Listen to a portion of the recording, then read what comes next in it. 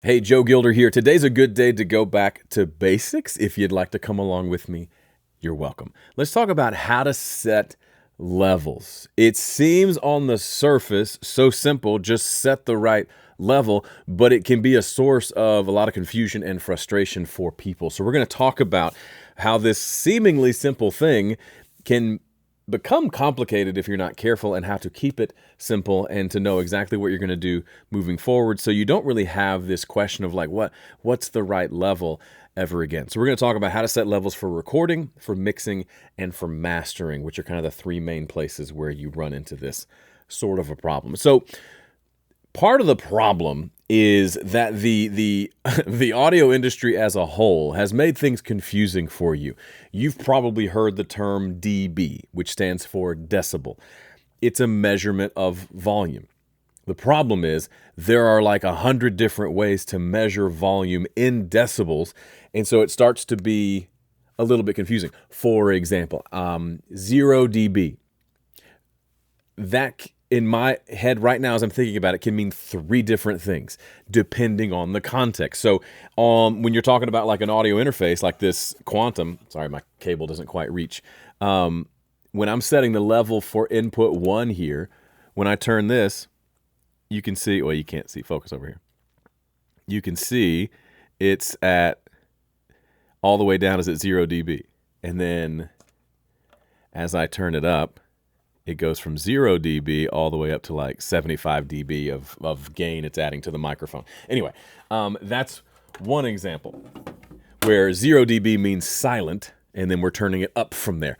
On the other end of the spectrum, when we're talking about decibels full scale, which is the digital measurement of volume, 0 dB is actually the loudest it can get. That's where clipping occurs when it goes above 0. So everything is a negative number, and then when it goes above 0, that's where clipping occurs.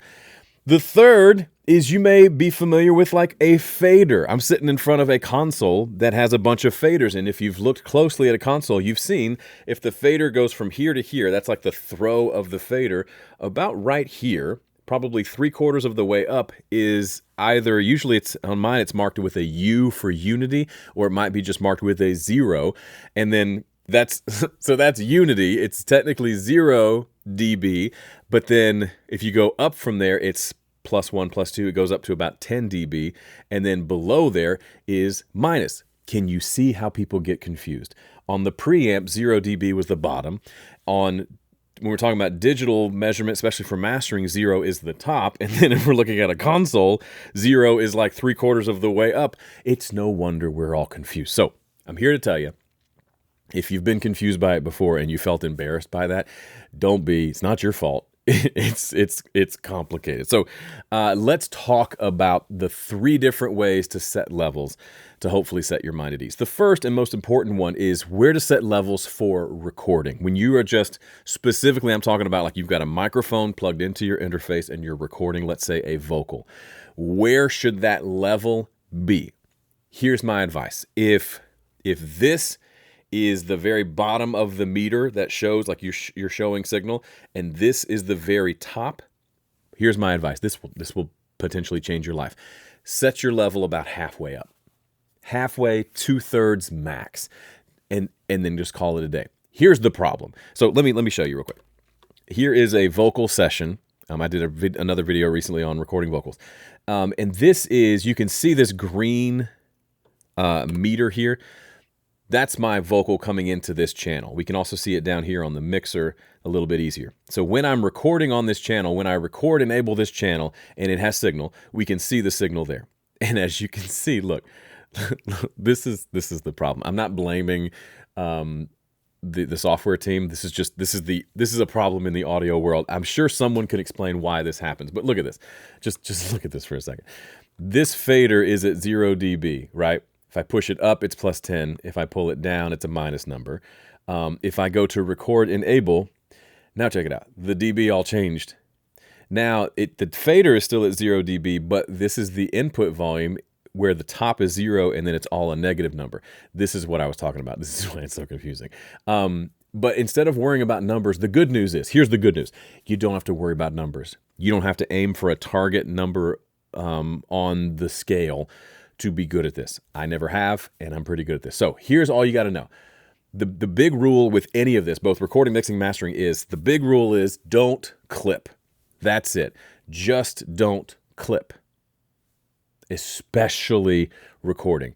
As long as you don't clip, you're good. So back to this example here.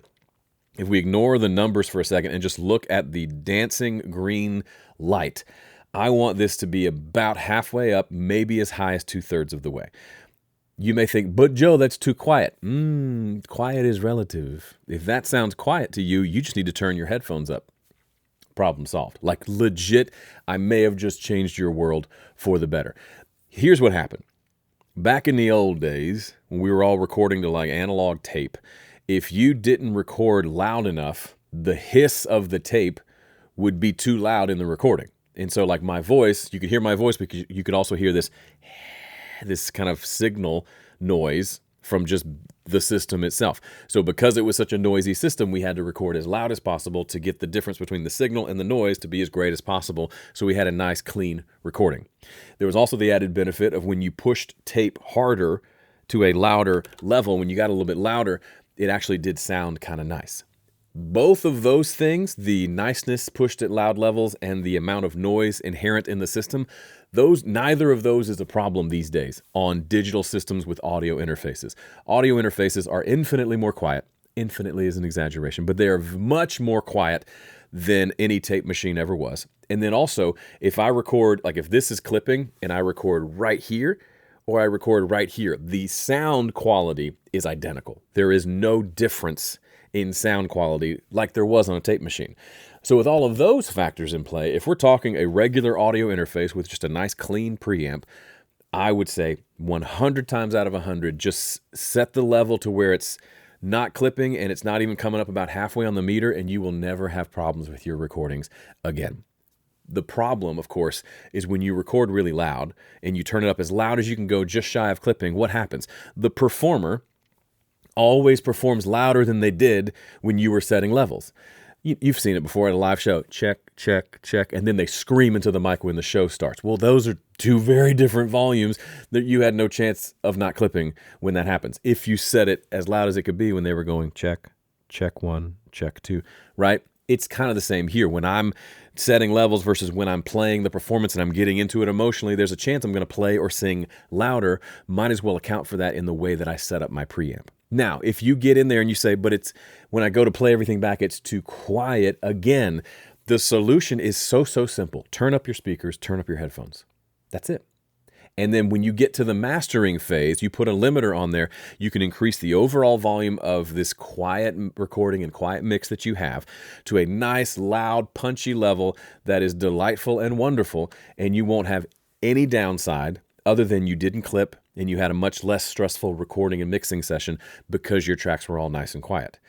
The problem people face when they record everything as loud as possible, if they don't clip, then they just end up with a bunch of tracks that are really loud. And when you add those tracks together, guess what? It's a math problem. When I add super loud track plus super loud track times 50 tracks, that's going to add up to a really loud mix. So I'm going to have to turn everything down anyway. I turn it down while I'm recording, so that I don't have to do that during mixing. And then if I get to a point where I turn everything down to keep it from clipping, and I realize it's just not that loud in the room anymore, that's where I take these two fingers and I grab that volume knob and I turn it up so that it's nice and loud in the room, nice and quiet in the software.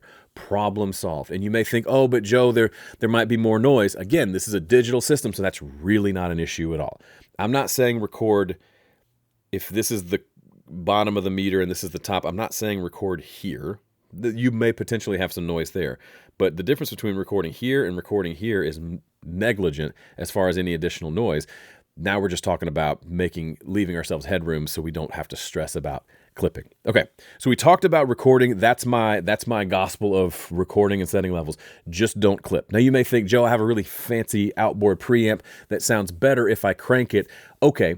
But typically those have the knob that you crank for that cool sound and then like an output knob that you can bring back down. I'd still probably try to bring it into your interface, into your converter at a nice conservative level for all the reasons I already mentioned. All right, so let's talk about mixing levels. Let me bring all the tracks back in on this song.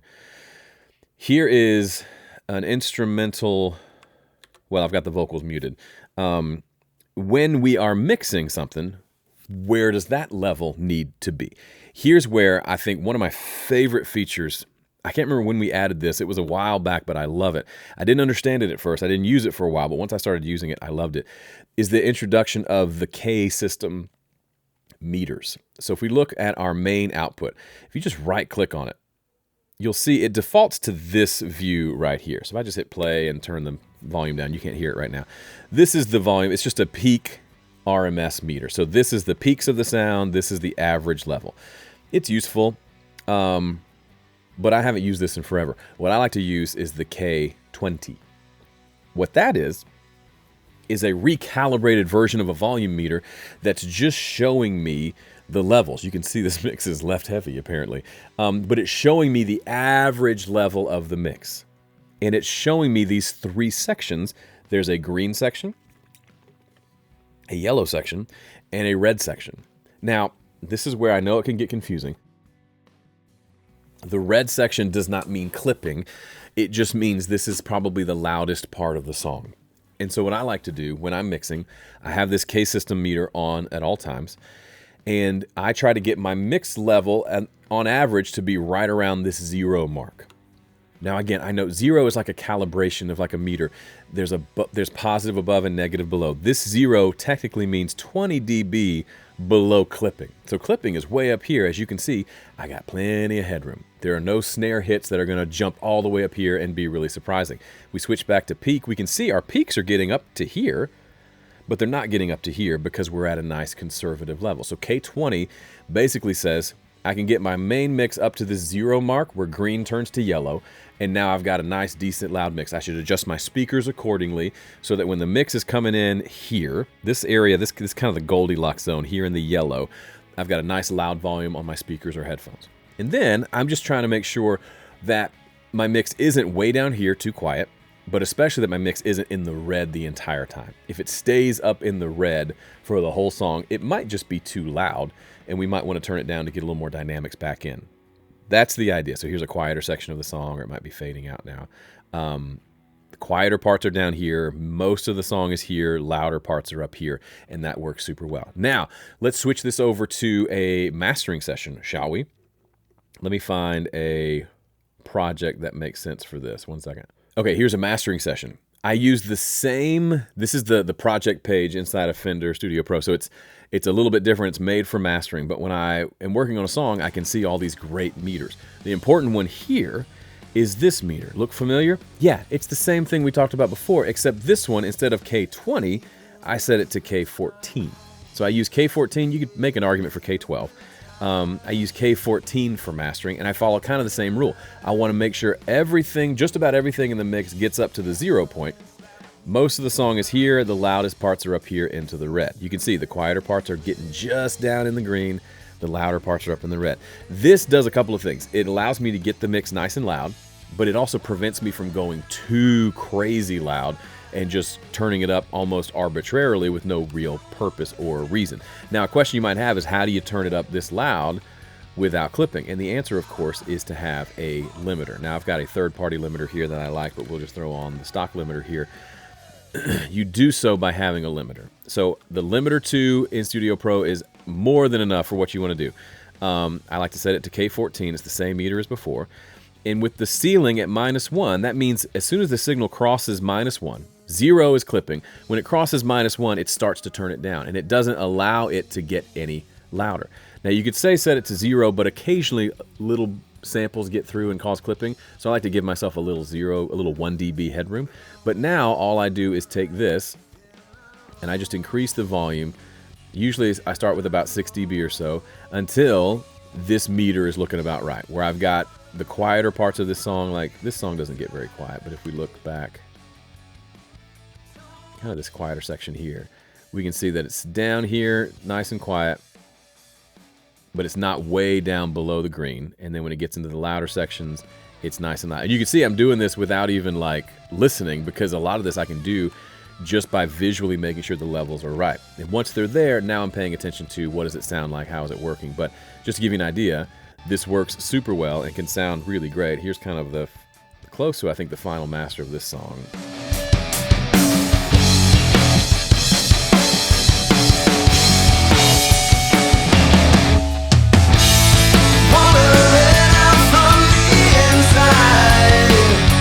So a song like that is very aggressive, very loud, kind of from start to finish. So it's not going to have as much dynamic as like a ballad or something like that.